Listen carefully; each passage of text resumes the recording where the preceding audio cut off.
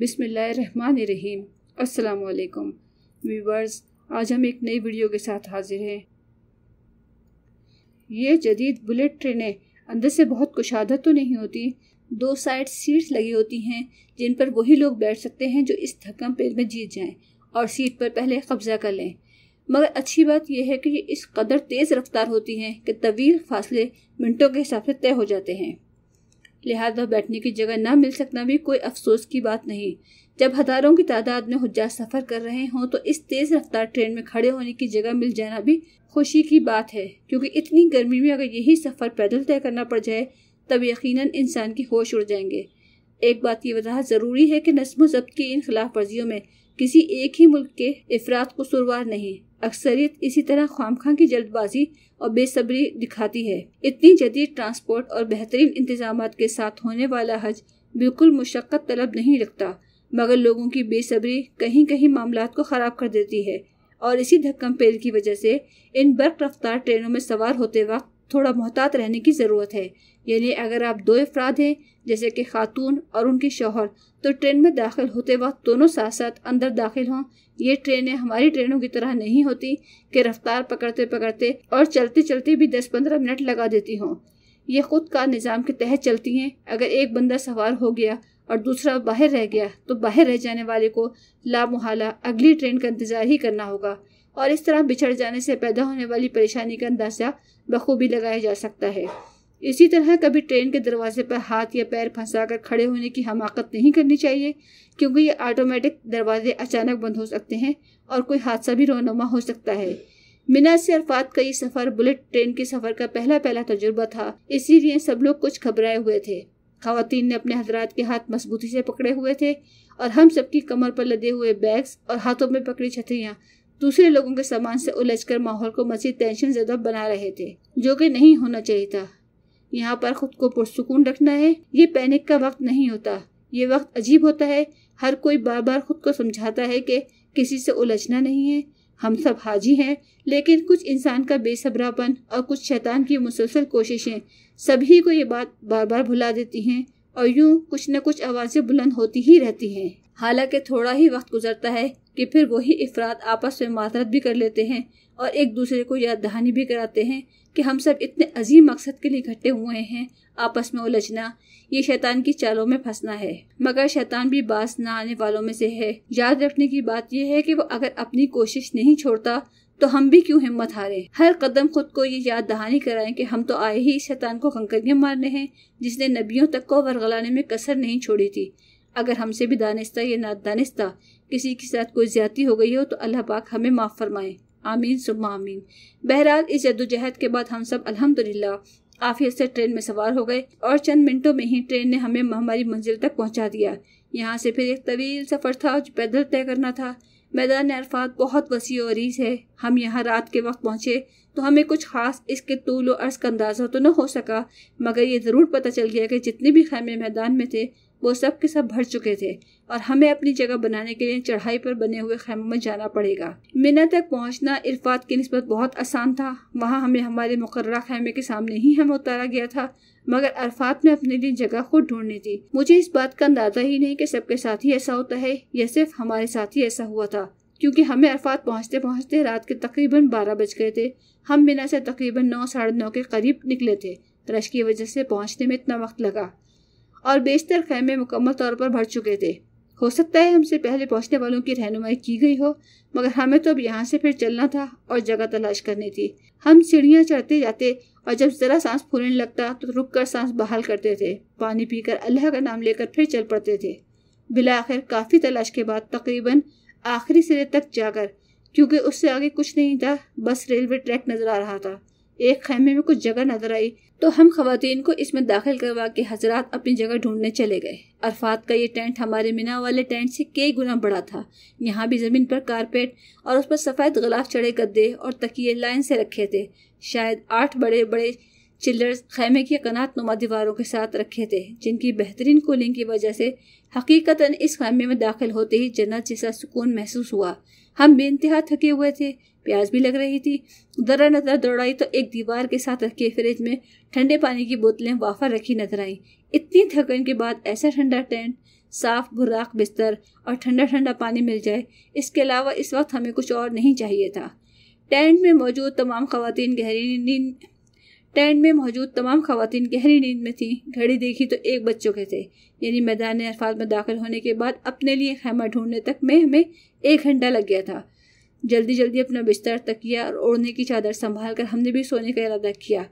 دل میں یہ فکر بھی تھی کہ پتہ نہیں ہمارے ساتھ جو حضرات ہیں ان کو مناسب جگہ ملی ہے کہ نہیں، کیونکہ منی میں تو ہمارے اور ان کے خیمے بالکل آمنے سامنے تھے۔ البتہ عرفات کا سیٹ اپ کچھ مختلف سا لگ رہا تھا۔ بہرحال یہی دعائیں کرتے کرتے آنکھ لگ گئی۔ اگلی صبح 9 ذی الحجہ کی تھی، یوم عرفہ کی، یعنی حج کا رکن اعظم، اور اس دن کے لیے حاجی کو خود کو مکمل فٹ رکھنا ضروری ہے تاکہ اس کی زندگی کا یہ نادر موقع کسی غفلت یا کوتاہی کی نظر نہ ہو جائے۔ منی سے ہم سب ساتھ ساتھ چلے تھے، لیکن اس قدر طویل مسافت میں سب کا الگ الگ ہو جانا تو لازمی تھا، اور عرفات کے اس دور دراز کیمپ میں پہنچتے پہنچتے ہم بس 2 خواتین یعنی میں اور میری نن ہی ساتھ رہ گئی تھیں۔ وہاں پہلے سے موجود تمام خواتین ہمارے لیے بالکل انجان تھیں۔ دل میں بار بار یہی خیال آتا تھا کہ پتہ نہیں ہماری باقی 4 روم میٹس کہاں اور کون سے کیمپ میں ہوں گی، کیونکہ کچھ عرصے ہی صحیح لیکن ایک ساتھ ایک کمرے میں رہتے رہتے ایک دوسرے سے انسیت ہو جانا فطری ہے۔ اس لیے بار بار دل میں خیال آتا تھا کہ کاش ہم لوگ یہاں بھی ساتھ ساتھ ہوتے، لیکن جس طرح ہم منی سے یہاں تک اور یہاں آ کر بھی اونچی نیچی پتھریلی سیڑھیوں کو چڑھتے، ایک لمبا تھکا دینے والا سفر طے کر کے اور ایک ایک خیمہ جھانکتے پہنچے تھے، ایسے میں ایسی کسی دعا کا پورا ہو جانا معجزہ ہی تھا کہ لاکھوں حاجیوں کے اس اجتماع میں ہماری ہی کوئی جانی پہچانی شکل ہمیں مل جائے۔ لیکن وہ مقام تو تھا ہی دعاؤں کی قبولیت کا۔ خیال ذہن میں آیا اور اللہ نے اسے اس طرح قبولیت بخشی کہ ہمارے پہنچنے کے کوئی 15 منٹ بعد ہماری روم میٹس اور ان کی بیٹی کیمپ کے دروازے پر موجود تھی۔ مجھے اس وقت کی حیرت اور خوشی بھلائی نہیں بھولتی، کیونکہ اتنی ساری بالکل اجنبی خواتین کے درمیان اچانک اپنی ساتھی کا مل جانا ایسا ہی تھا جیسے پردیس میں کوئی اپنا مل جائے، اور اس بات کا شکر کہ ابھی تو یہ خیال دل میں آیا تھا کہ اللہ کاش ہماری باقی ساتھی بھی ہمارے ساتھ ہوتی، اور اللہ نے فوراً ہی خواہش پوری کر دی۔ بلا شبہ یہ معجزہ ہی تھا، اور جو خواتین و حضرات ماشاءاللہ حج کا سفر کر چکے ہیں یقیناً وہ اس بات کو اسی طرح سمجھیں گے کہ اتنے گھما پھرا دینے والے طویل سفر کے بعد بھی آپ کے بچھڑے ہوئے ساتھیوں کا دوبارہ سے مل جانا تقریباً ناممکن ہی ہوتا ہے۔ اس طرح ہم 6 میں سے 4 خواتین تو پھر ایک ساتھ ہو گئیں۔ باقی 2 جو رہ گئی تھیں انہوں نے بعد میں بتایا کہ ان کو بھی الحمدللہ ہوٹل کی دوسری خواتین کا ساتھ مل گیا تھا۔ کچھ ہی دیر میں موبائل میسیجز سے اطلاع مل گئی کہ حضرات کو بھی قریبی کیمپ میں جگہ مل گئی ہے، اور یوں عرفات کی یہ رات ہم نے بہت مطمئن گزاری الحمدللہ۔ رات بہت ٹھنڈی تھی، چلرز بھرپور کارکردگی دکھا رہے تھے۔ جن لوگوں کو ماشاءاللہ سردی محسوس نہیں ہوتی وہ مزے میں سو رہے تھے۔ میری طرح کی خواتین نے ڈبل چادریں اوڑھ کر رات گزاری۔ لمبے سفر کے بعد یہ ٹھنڈی آرام دہ رات اللہ کی مہمان نوازی ہی تو تھی، جبکہ باہر شدید حبس والی گرمی تھی۔ اب فجر ہونے کو تھی میدان عرفات کی صبح، لیکن ایک مسئلہ یہ تھا کہ ابھی تک ہم نے یہ پتہ نہیں کیا تھا کہ واش رومز کدھر ہیں۔ خیمے کے 2 دروازے تھے۔ پچھلی جانب کے دروازے سے باہر جھانک کر دیکھا تو کچھ ہی فاصلے پر لائن سے واش رومز اور ساتھ ہی وضو کی جگہ بھی نظر آئی۔ واش روم تھا تو خواتین کے استعمال کے لیے، مگر یہاں کوئی صفائی کا عملہ موجود نہیں تھا، اور واش رومز کی صفائی کی تمام تر ذمہ داری خواتین کی اپنی تھی۔ بہرحال جیسا کہ منی میں فراہم کیا گیا تھا، خیمے کے دروازوں پر پہنچایا گیا۔ پھل اور جوسز بھی افراد سے دیے گئے تھے۔ حسب روایت خواتین نے لوٹ مار بھی مچائی، جس کو دیکھ کر کچھ باشعور اور سمجھدار خواتین سر پکڑ کر رہ گئیں۔ سوچنے کی بات ہے کہ اگر ایک خاتون 4 ڈبے چاول اور پھل اور جوسز اکیلے ہی لے کر رکھ لے گی تو باقی بیچاریاں کیا کریں گی؟ کیا باقی خواتین حج نہیں کر رہی تھی؟ اور افسوس یہ کہ شام کو کیمپ چھوڑتے وقت یہی سب کھانا کوڑے دان کی نظر کر دیا گیا۔ نہ اب وہ آپ کے کام کا رہا، نہ ہی کسی اور کے۔ اس قدر حوث اور ہوکا اگر حج جیسے موقع پر بھی ہوگا تو عام زندگی میں کیا رویے ہوں گے؟ میری ان باتوں کا مقصد کسی کی دل آزاری ہرگز نہیں، یقیناً سبھی وہاں اللہ کے مہمان تھی، لیکن ایسی حرکتیں خاص کر اپنی ہم وطن ہم قوم خواتین کی دیکھ کر افسوس اور شرمندگی ہوتی تھی۔ یہ میدان عرفات تھا، آج یوم عرفہ تھا، حج کا رکن اعظم۔ اللہ تعالیٰ اپنے بندوں کی دعاؤں پر قبولیت کی مہر لگانے والے تھے۔ بجائے اس کے کہ آپ اپنی دنیا اور آخرت کے لیے کامیابی، عافیت اور نجات مانگیں، آپ بریانی کے ڈبوں کی چھینا جھپٹی میں مصروف ہیں۔ کون جانتا ہے کہ اس زندگی میں دوبارہ کبھی یہ نادر موقع نصیب ہوگا بھی یا نہیں۔ ماشاءاللہ خوش نصیب حجاج اپنے اگلے پچھلے گناہ بخشوانے کی فکر میں لگے تھے، رو رو کر اللہ کو راضی کر رہے تھے، مرادیں پوری کروا رہے تھے۔ آخر کوئی ایک دعا، ایک تمنا تو نہیں تھی جو انسان کو اللہ سے مانگنی ہو؟ پھر قبولیت کا ایسا مبارک وقت جس کا وعدہ خود اللہ کی طرف سے کیا گیا ہو، دعائیں خود بخود زبان پر رواں ہو جاتی ہیں۔ یہ دن شدید گرم تھا، اتنا کہ باہر جانے کی ہمت نہیں تھی۔ تیز دھوپ میں آنکھیں تک نہیں کھل رہی تھی۔ اچانک تیز ہوا کے جھکڑ چلنے لگے تھے، جس کی وجہ سے خشک مٹی اڑ اڑ کر آنکھوں میں جا رہی تھی۔ اس لیے ہم نے فیصلہ کیا کہ دھوپ کا وقت خیمے میں رہ کر ہی اپنی اپنی عبادت اور دعائیں کی جائیں اور عصر کے وقت باہر جایا جائے۔ یوں بھی اب مسجد نمرہ میں حج کا خطبہ شروع ہونے والا تھا۔ یہاں ایک بات کی شدید کمی محسوس ہوئی کہ حجاج کو ہی خطبہ حج سنانے کا کوئی انتظام نہیں تھا۔ اتنے جدید اور سہولیات سے بھرپور حج میں اس بات کا خیال نہ کیا جانا حیران کن لگا۔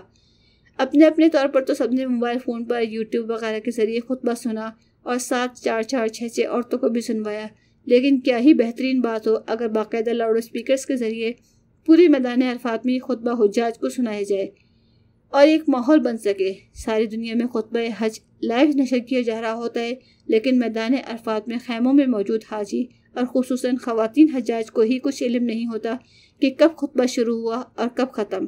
میری دعا ہے کہ اس سال حکام اس جانب پر خصوصی توجہ دیں، کیونکہ جس خاص مقصد سے حاجی وہاں تک پہنچتا ہے وہ ایک کیفیت اور سنجیدگی کی متقاضی ہے۔ اگر خیموں کے اندر بھی خطبہ حج بآواز بلند سنا جا سکے تو انشاءاللہ مطلوبہ ماحول خود بخود بن سکے گا۔